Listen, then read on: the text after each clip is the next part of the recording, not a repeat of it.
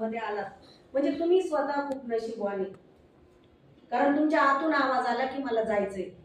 आता याच्यामधल्या काही जणी अशा पण असतील की घरातून त्यांना विरोध पण झाला असेल, काम पण घरामध्ये खूप महत्वाचं असेल, पण तरी तुमच्या मनातून तुम्हाला सांगितलं म्हणून तुम्ही इथपर्यंत आले. ज्यांना यायचं नव्हतं ना त्यांनी कारण दिली. बरोबर आहे की म्हणून स्वतःसाठी एकदा जोरदार टाळ्या वाजवायची की आपण आज आपण स्वतःसाठी ना पहिले स्वतःवर प्रेम करायला शिकायचं.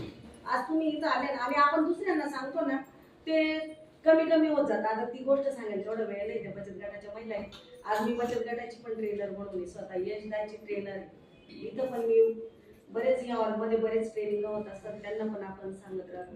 तर जे प्रशिक्षण आपण घेतो ज्या शासकीय योजना, आता आपण एवढं श्रीमंत नाही, पैसे वाटू शकतो का आपण? पैसे वाटू शकतो का? जर मी तुम्हाला 10 रुपये दिले रिक्षात बसल्यावर तरी थोडा आहे म्हणत नाही तुम्हाला 10 रुपये दिले. पण नॉलेज अशी गोष्ट आहे की जेव्हा आपण ती वाटतो ना तर त्याचा सुद्धा खूप दूरपर्यंत दरवळत जातो. कारण आज तुम्ही माझ्या पुढे 30-40 महिला नाही, आज तुम्ही 100 महिलांना सांगणार या मॅडमकडे हे चालतं ते चालतं, म्हणजे ही जाहिरात आपली मग पब्लिसिटी असते. त्याच्यामुळे आज माझं कार्य 3 जिल्ह्यांमध्ये चालू आहे. आज अहमदनगरला पण माझं काम चालू आहे, संभाजीनगरला चालू आहे, नाशिक जिल्ह्यात पण माझं काम चालू आहे. एनजीओ मार्फत पण मी